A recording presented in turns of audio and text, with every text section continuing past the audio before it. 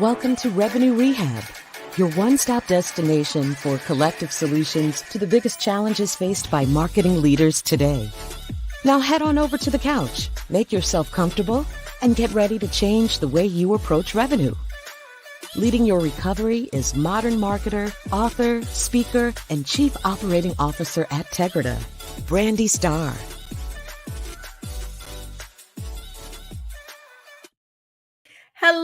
Hello, and welcome to another episode of Revenue Rehab.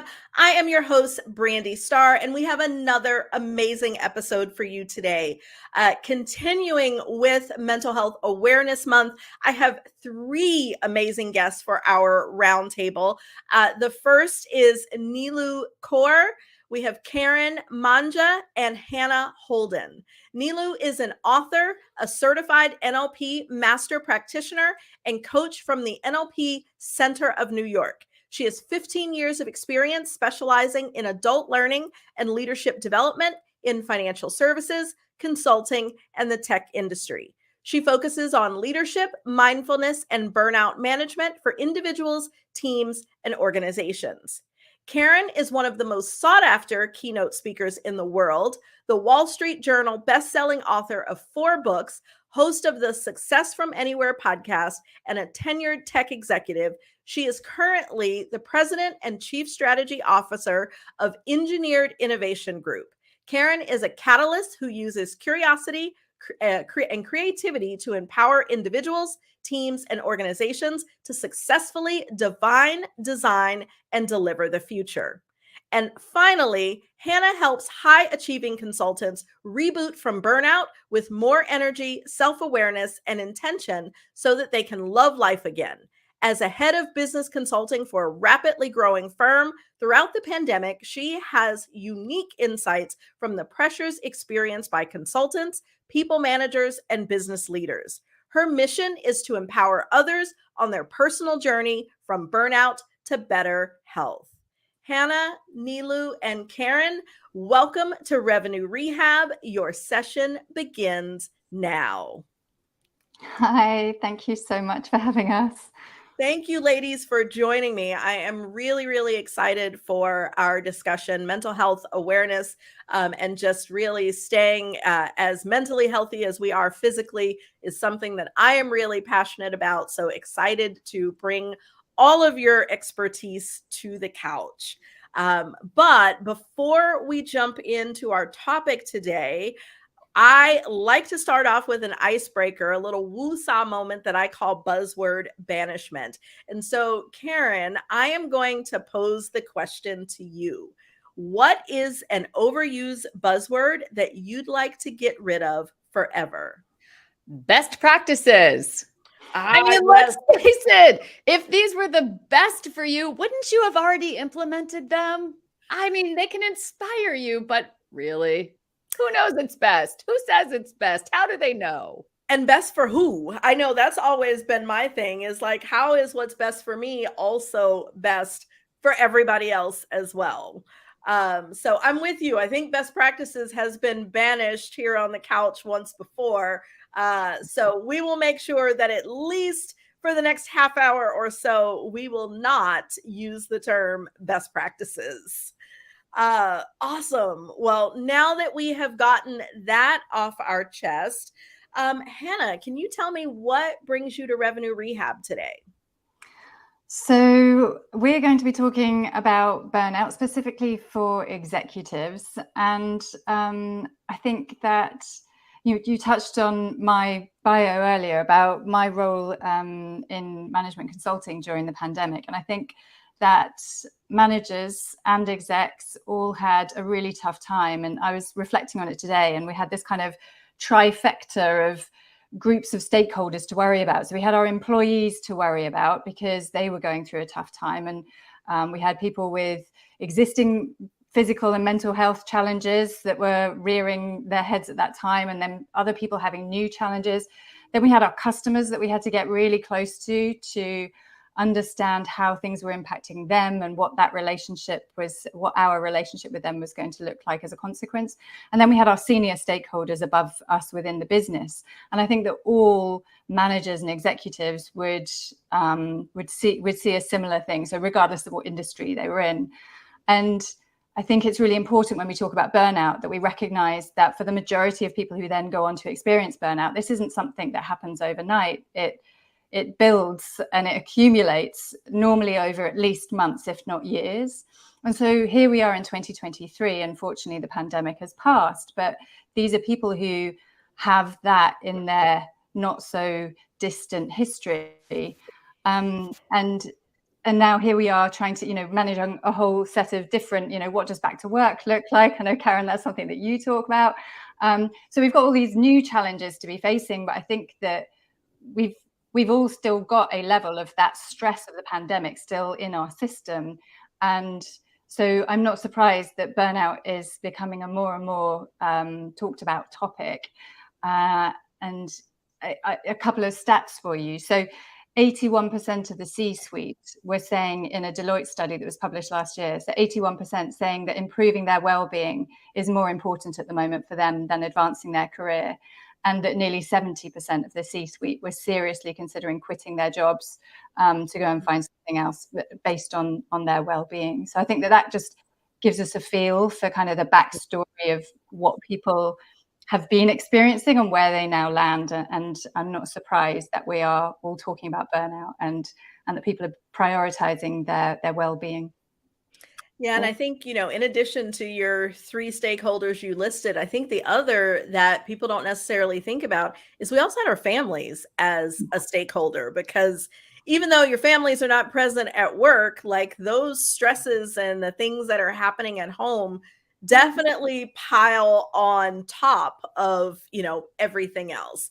But before we dive into that, I believe in setting intentions. It gives us focus, it gives us purpose, and most important, it gives our audience an understanding of what they should expect from our conversation today.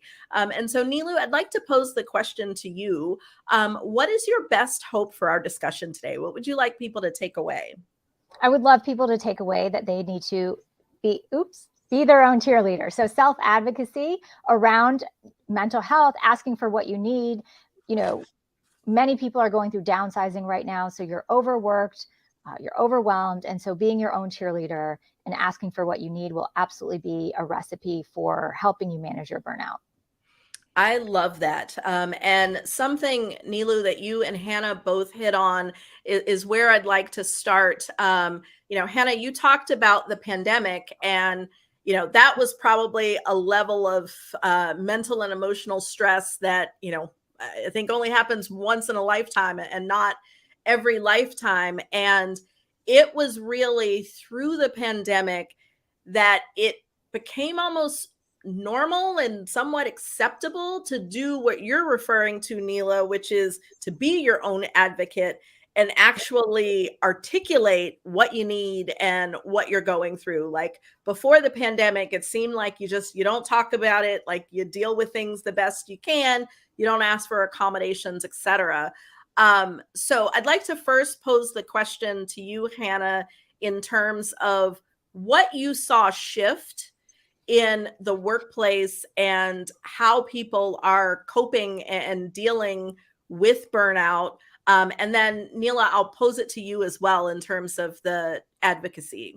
Sure. And in the spirit of advocacy, my name is Neelu, not Neela. Neelu. Yes. Okay, perfect. Thank you. I try hard to get it right. So when I mess it up, I will rewrite it on my sheet so I don't mess it up again. Thank you. Mm-hmm. Okay, so your question was about what did we see shift, and you hinted at one aspect, which was people talking more about mental health. So it was a huge crisis within the organization that I was in terms of we were constantly assessing and reassessing how everybody was within the organization and trying to understand how best to support everybody.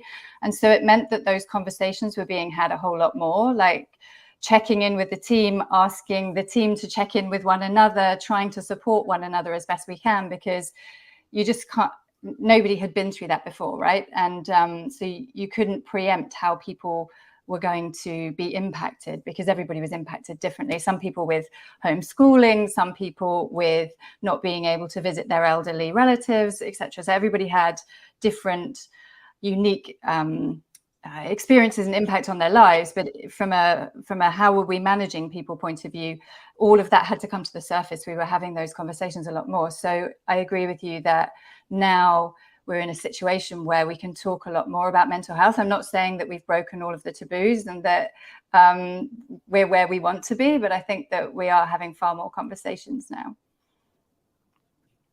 Okay. And then Neelu, did you have any other thoughts in terms of what you're seeing around, pre-pandemic versus post and people feeling comfortable advocating for themselves?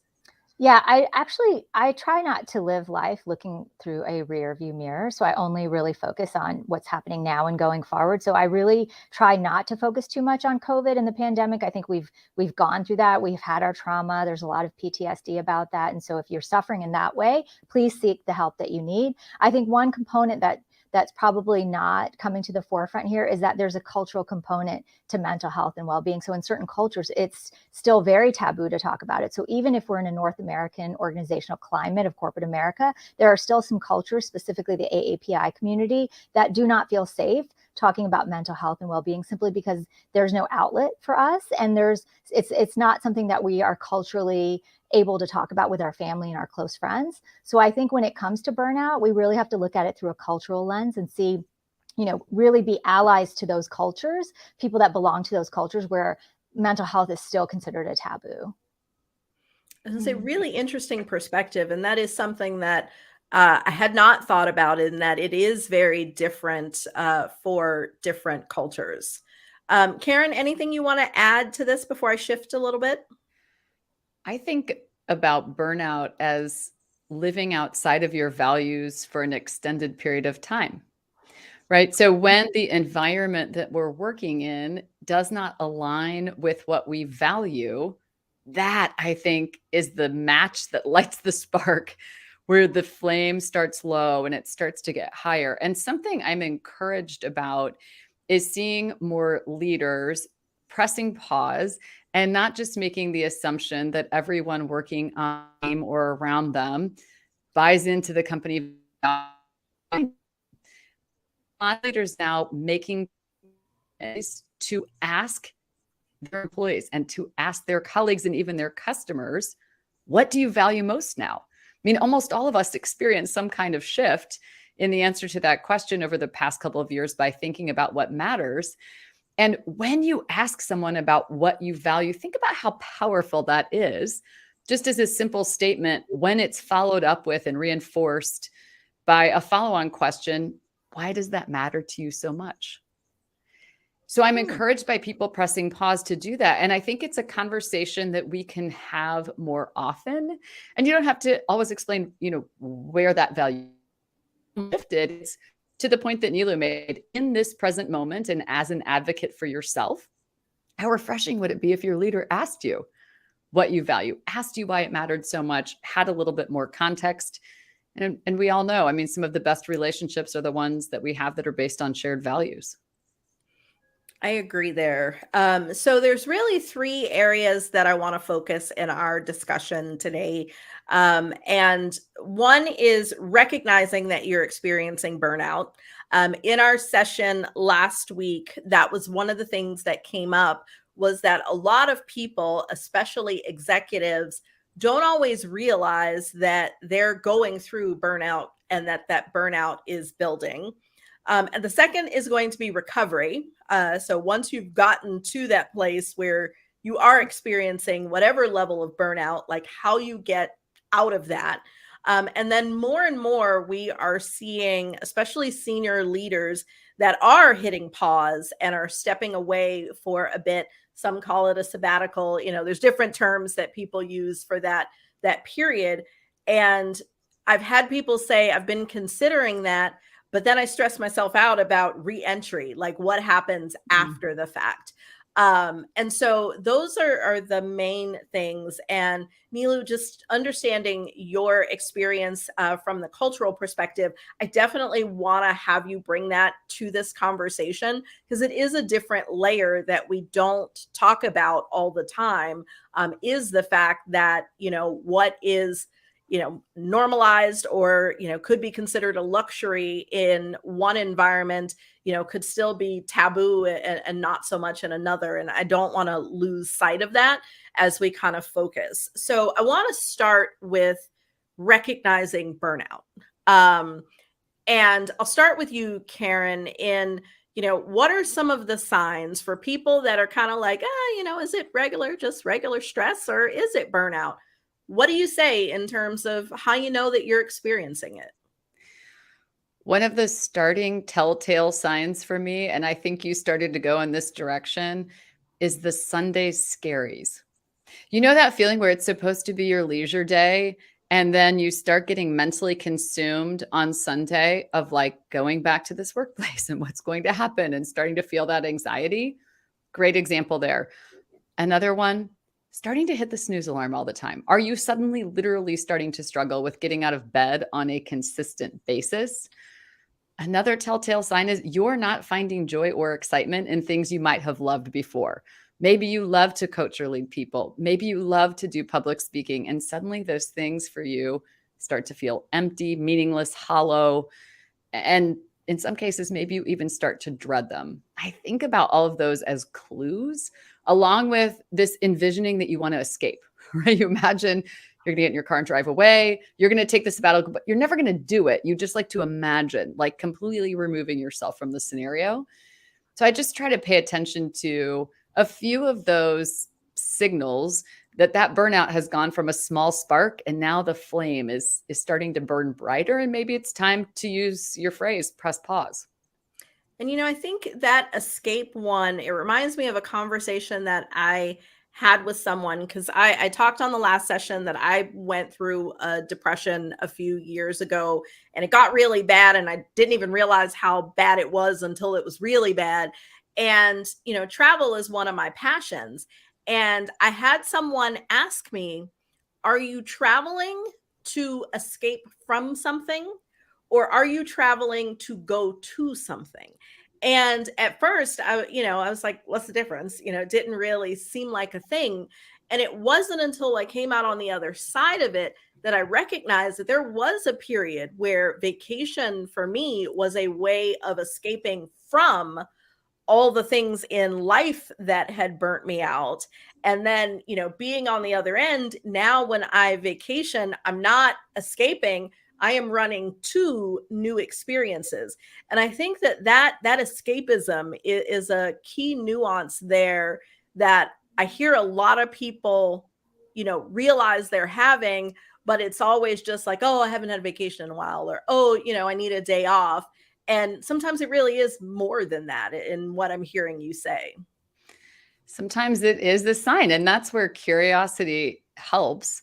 And asking the people you love and trust who show up in your everyday life. I mean, you mentioned the power, the transformative power and the awakening power of someone who cared about you, asking you a question that gave you pause.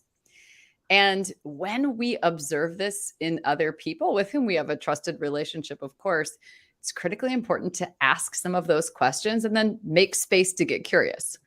I find so often we default to this grand gesture, right? I need a huge vacation. I need a giant sabbatical. I need a whole weekend on the couch of doing nothing. And maybe if you paused for even 5 minutes to get curious about, why am I starting to feel this way, and how consistent is this pattern? I mean, we all have off days, but how consistent is this pattern? It's very insightful.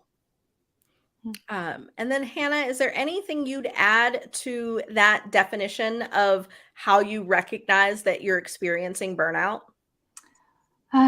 So I think that you've touched on quite a few. One that comes up for me is showing up physically. So it taking longer than it used to recover from an exercise, a type of exercise that you like, or when there's something going around, you feel like you're kind of you're feeling like you're low on your immune system isn't up and running as it should be. So you feel like you're always taking a hit, and it takes you a lot longer to recover from things. That's kind of a sign of chronic stress, and chronic stress then tips you over into burnout. I think there's a sense of wanting to withdraw, a sense of feeling unseen or misunderstood. I think that people who ultimately end up in burnout are more likely to be self-critical. So there's a lot of internal dialogue around, I don't want to go to social events because I might not be good enough. I might not be this. I might not be that. And so there's a withdrawing, and the feeling like you can't make a difference, the feeling like I've tried everything and here we still are, and I'm not having the impact I thought I was going to have. I'm not achieving the things that I thought I was going to have, and a sort of a disillusionment with that, feeling like there's a sense of inefficacy. I give up. There's no point. That kind of that sense of disillusionment, I guess, is a good word. Okay. And then Neelu, do you see anything different among different cultures that may, that everyone, it may not show up everywhere in terms of signs of burnout? Well, I can't speak for all of the cultures in the whole world, but I can speak from the culture that I come from. And before I do that, though, I want to say one other thing that I would love to add on to that is the inability to focus. So if you are struggling to complete a task and you're like reaching for your phone, and then you're reaching for your iPad, and then you're on your computer, and then the door rings, and it's just this constant sense of overwhelm, that is definitely a telltale sign that you need to pause and do one thing at a time, because our brains really can't do more than one thing at a time. And I think, a segue into that overwhelm is, from an AAPI perspective, in the US and in Canada, we're very individualistic. So it's usually just your family. It might be your partner, your children, if you have children. But in Asian cultures, Asian and South Asian cultures, it's more of a multi-generational approach. So you might be in a home where you have your in-laws, maybe your parents are there too, and then you have your children, if you have children, your partner, and it just becomes more of an overwhelm. So those are the times when, if you're struggling in that way and you're overwhelmed and there's just so much going on, if you're working from home, that's also an indication that you may want to speak to your manager and share what's going on at home, so that not only is he or she aware of it, but that you can have that open dialogue, because it's very important. We just assume we're in North America and we assume everyone sort of has similar lifestyles, and that's definitely not the case. And that is a great point, because there are multiple cultures in addition to the Asian and South Asian culture where multi-generations in a single household is very much the norm. And I do know that, especially now that, a lot of people, like, working from home has become, kind of the standard for a lot of people, that does pose an additional level of stress. Like, I can remember seeing just different videos and TikToks of, the grandma walking behind the Zoom call. And, you can visit, there was one guy, he was like a young adult, so probably in his 20s, he was on a interview for a job. And you see his grandma like stirring a pot of something, like walks behind him. And she's just like, I'm assuming she had like a headset in or something, because she's just like rambling on and like stirring, and is literally like pacing back and forth behind him. And you can see just his stress level rise in this video, because he's trying to make a good impression. And, it's like those sort of things have become the norm. And can be, challenging for people. Mm-hmm. So I want to shift gears a little bit and talk about recovering from burnout. So, especially with the pandemic and, all sorts of other stress, a lot of people have gotten there, and, hopefully recognize that they're there.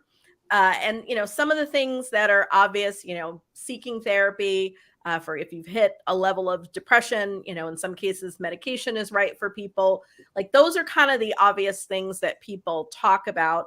I'd love to hear, outside of therapy and medication, what are some ways that people can really recover and not just mask, not just get better at dealing, but actually recover from burnout? And I'll let whoever start has a strong thought there. So I would start with rest, deep rest, like really nourishing, take pause and take pause for a period, not just, 2 minutes, but really acknowledging where you are in terms of your energy levels. And it's likely to have taken somebody years to get to a point of burnout, and don't expect one decent night's sleep to reverse years worth of chronic stress. So I think there's a bit of a wake up and smell the coffee, and the realization of how long it's taken you to get here and how long it might take to get back out, and rest is where I would start. And Hannah, to extend the thought that you shared there, we've been talking about overwhelm and how do we get out of this? I think sometimes we struggle to create the space for rest, because in that motion of feeling overwhelmed, we start to feel that everything is important. Right? Everything holds equal importance. Your role with your family, your job responsibilities, making the Pinterest perfect dinner, whatever that looks like for you. And something that I coach people on a lot, just to create space to rest, to reflect, is to pose 3 challenge questions and kind of a bonus question to your calendar and your to-do list, so that you can distill what do you truly need to focus on, and how do you reclaim some space so that you can rest and reflect and recover. So I do this with my own calendar and to-do list, by the way. Does it have to be me? Does it have to be me right now? And bonus question for the win, does it have to be a meeting? Even something that you could take off your calendar, 1 30-minute meeting, and then you rest it instead, is a start. Right? It's like I'm making one choice at a time to try to move myself out of the overwhelm and reclaim that time and space for myself. And I think that also trickles into what happens at home, because sometimes the lack of rest comes from, we work really hard all day at work, and then we go home and we essentially work really hard at being a parent or a caregiver, or, volunteering, or, whatever all of the things are. And that does it have to be me question. Someone else recommended that to me. And I really started looking at that at home. Like, I used to spend half my Saturday cleaning my house. Does it have to be me? No, there are tons of companies out there that will come in and do a way better job, way faster than me.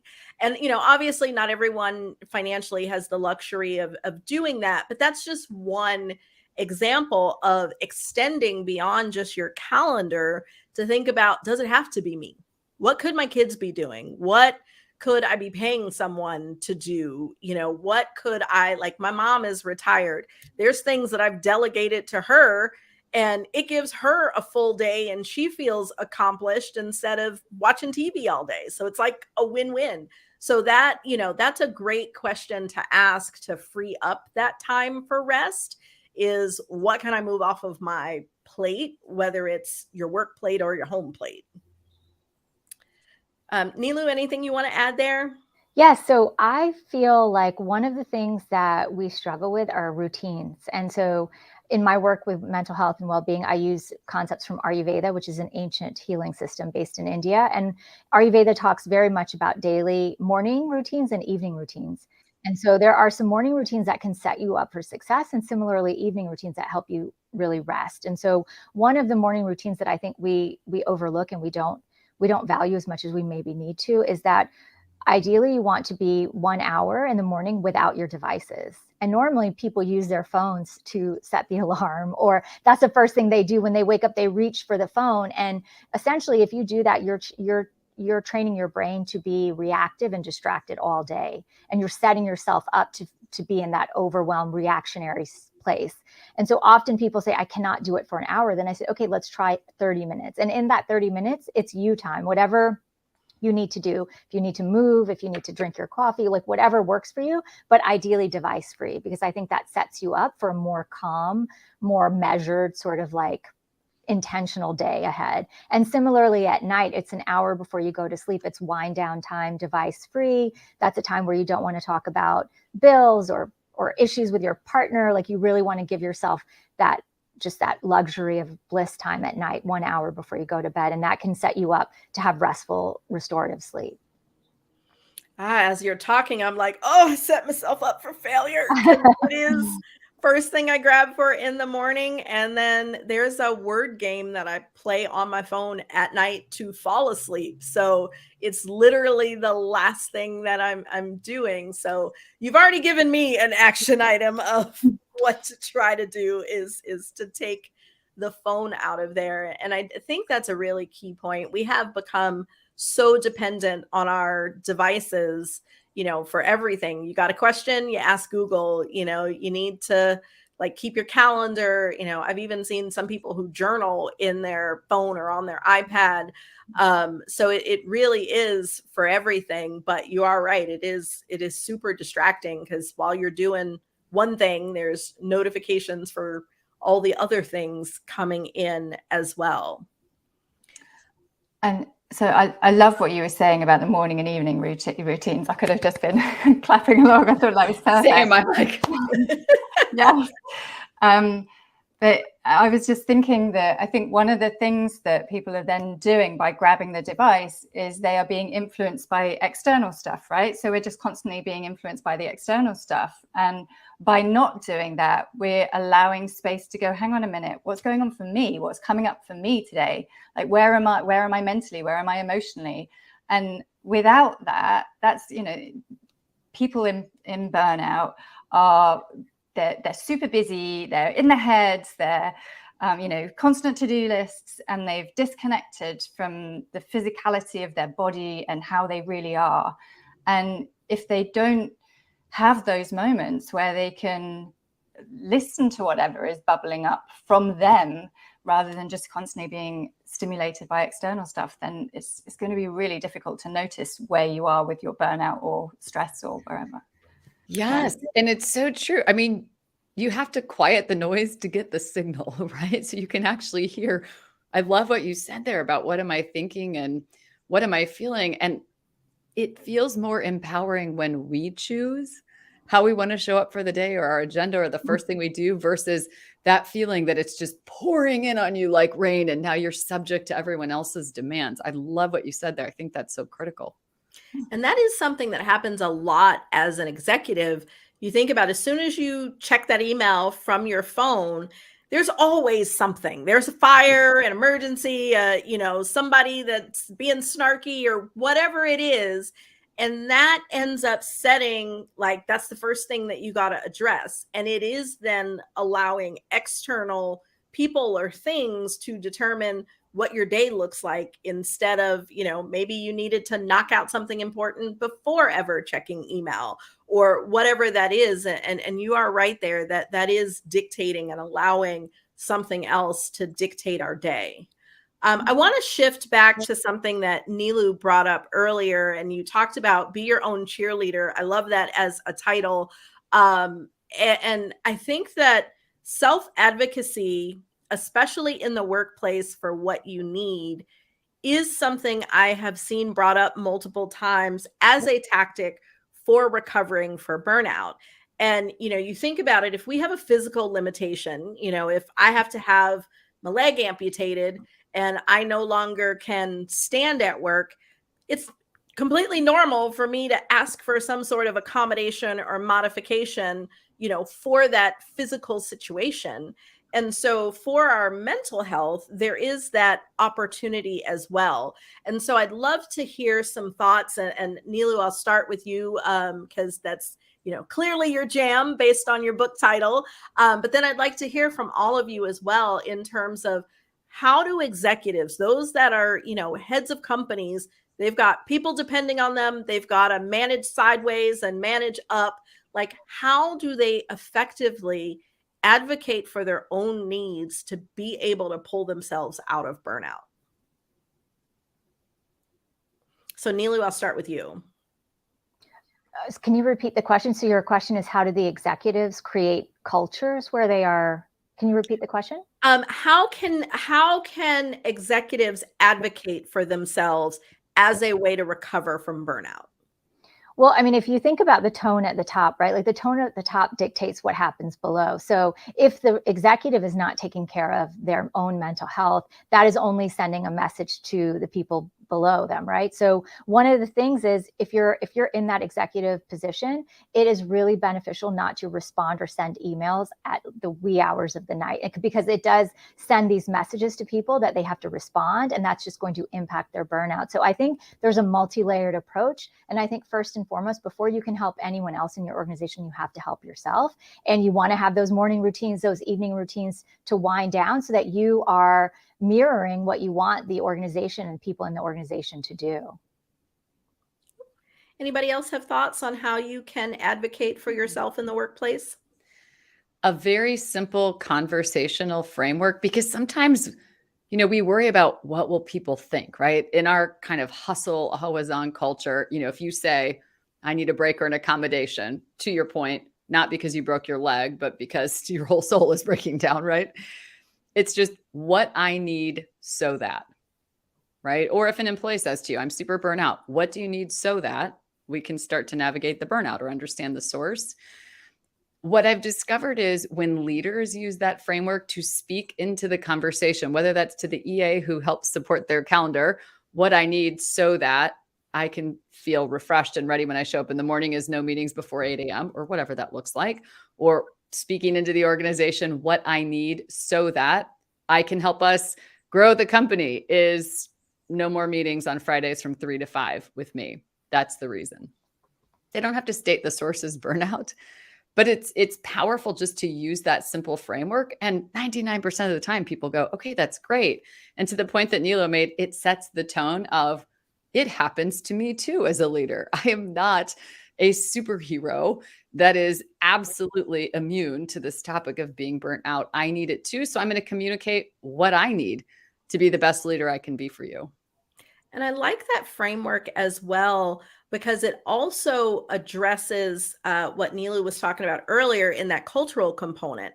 So if you are someone where there is still stigma behind mental health, burnout challenges that you have, that framework of saying, I need so that doesn't require that you even acknowledge that you're struggling.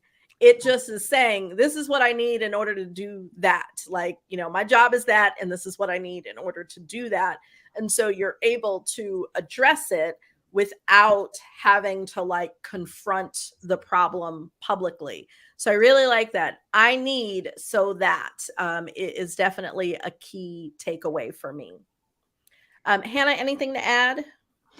I'm just happy nodding away here. I think that the most important thing here, it was something that Neelu said about how we need to, as leaders, set examples into the rest of the organization. I think it's so important because, yeah, like you say, if you see that your boss is logging on at 5 a.m. and emailing, then you feel that that's required of you too. So, if perchance somebody does have to log on at that time, well, you can set your emails to send at 9 a.m. and it looks like you're just hot off the mark at 9 a.m., Yeah, I just think that setting a great example and being humble as a leader and having honest conversations. And I love that framework that you shared with us, Karen. I think having those types of conversations and setting those examples are really, really powerful. And so the last thing that I want to talk about is reentering.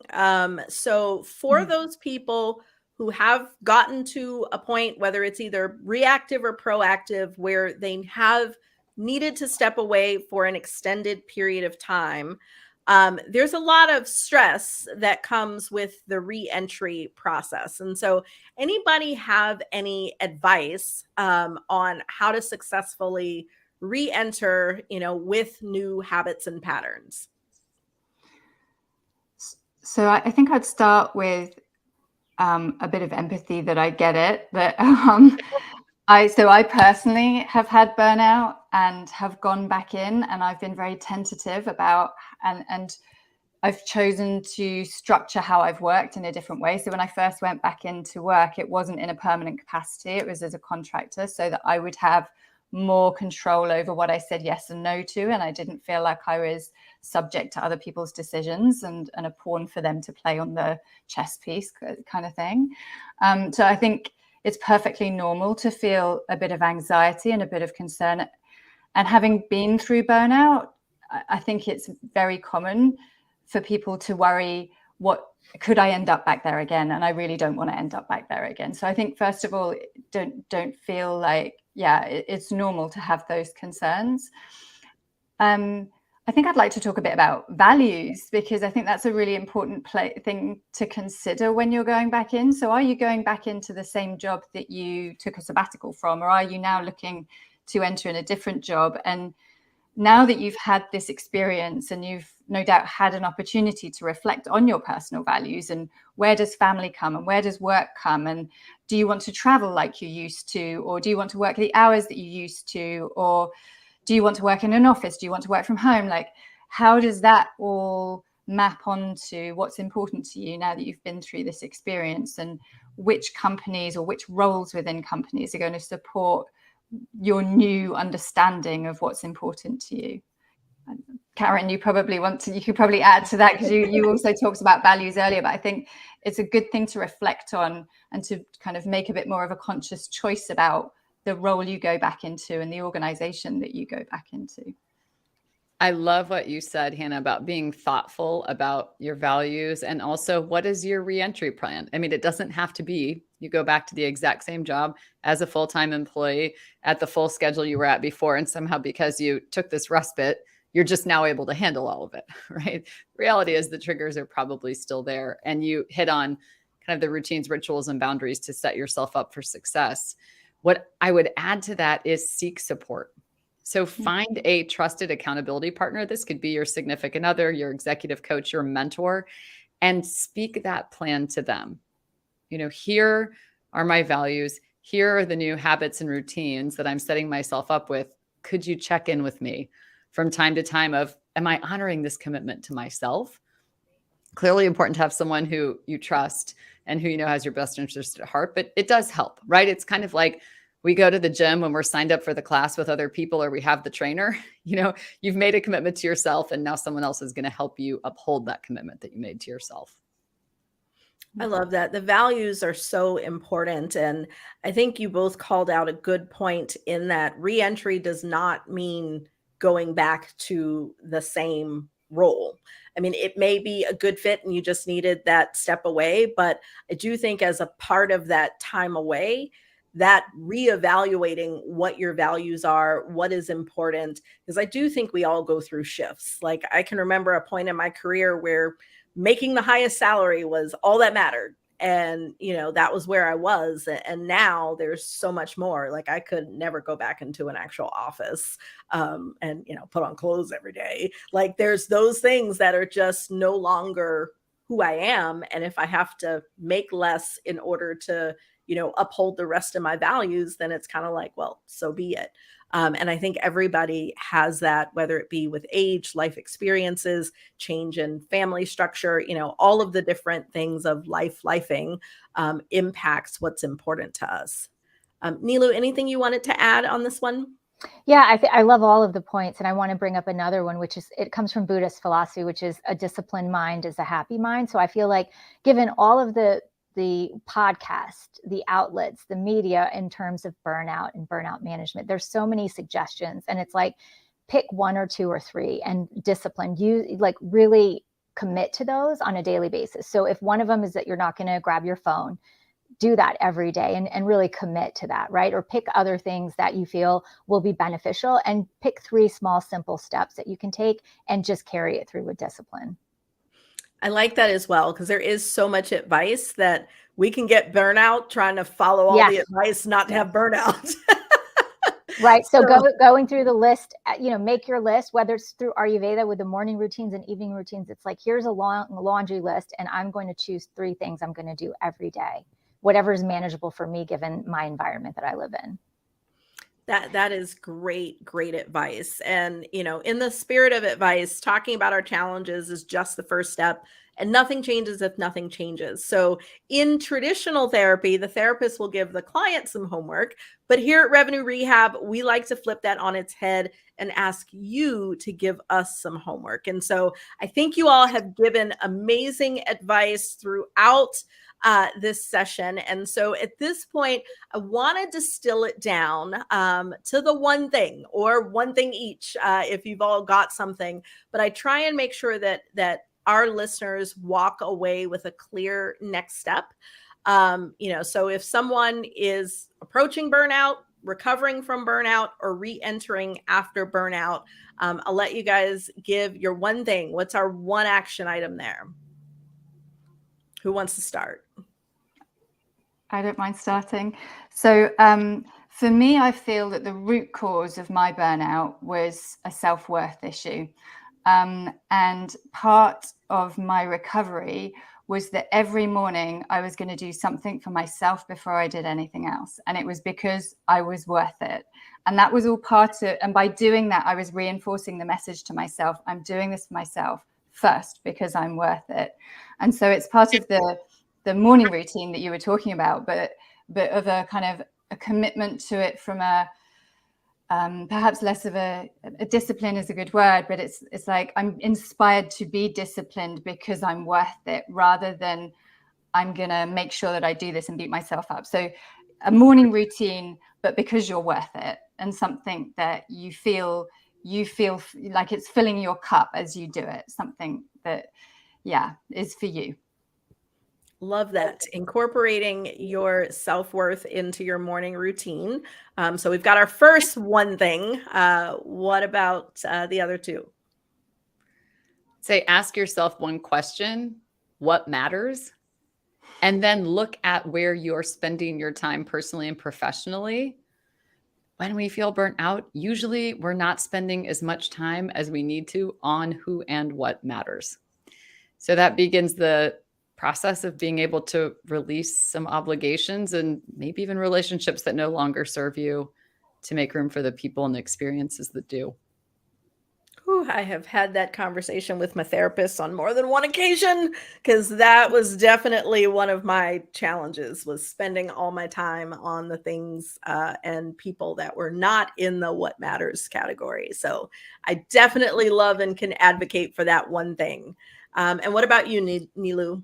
I would stick back to circle back to the same thing I said, which is be your own cheerleader and self-advocacy, because specifically in AAPI cultures, we are taught just to keep our head down and our work will speak for itself. And that also plays into burnout, because keep your head down, just keep doing all of this work. Don't speak up, don't share that you're struggling. And that is a recipe for a disaster. And so my parting words are: be your own cheerleader, ask for what you need, and speak to people that can understand your situation. Awesome. Well, ladies, I have enjoyed our discussion, but that's our time for today. Before we go, though, I do want to make sure that our audience can connect with you. So we'll want to give each of you kind of 30 seconds for the shameless plug on how people can connect with you, and if what you've said has resonated and they are seeking help, what ways you can help. So I'll kind of go in order on my screen, and I'll start with Hannah. Sure. So connect with me on LinkedIn, Hannah Holden. And if you put in Hannah Holden Burnout, I'm sure that I'll be amongst the top. I also have a podcast on burnout, which is called Burnout Isn't Necessary.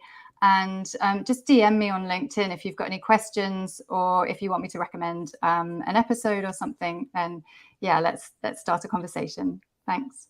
Awesome. Neelu, what about you?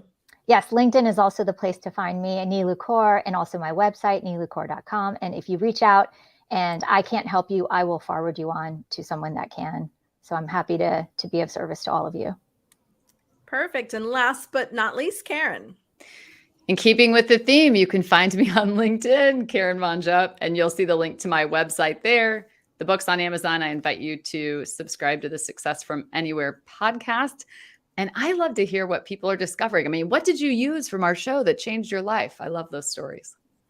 Awesome. Well, we will make sure to link to all of your LinkedIns and your websites in the show notes. So wherever you are listening or watching this podcast, you can connect with our amazing guests. I hope that everyone has enjoyed our Executive Burnout Roundtable. I can't believe that we're at the end. We'll see you next time. You've been listening to Revenue Rehab with your host, Brandi Starr. Your session is now over, but the learning has just begun. Join our mailing list and catch up on all our shows at revenuerehab.live. We're also on Twitter and Instagram at Revenue Rehab. This concludes this week's session. We'll see you next week.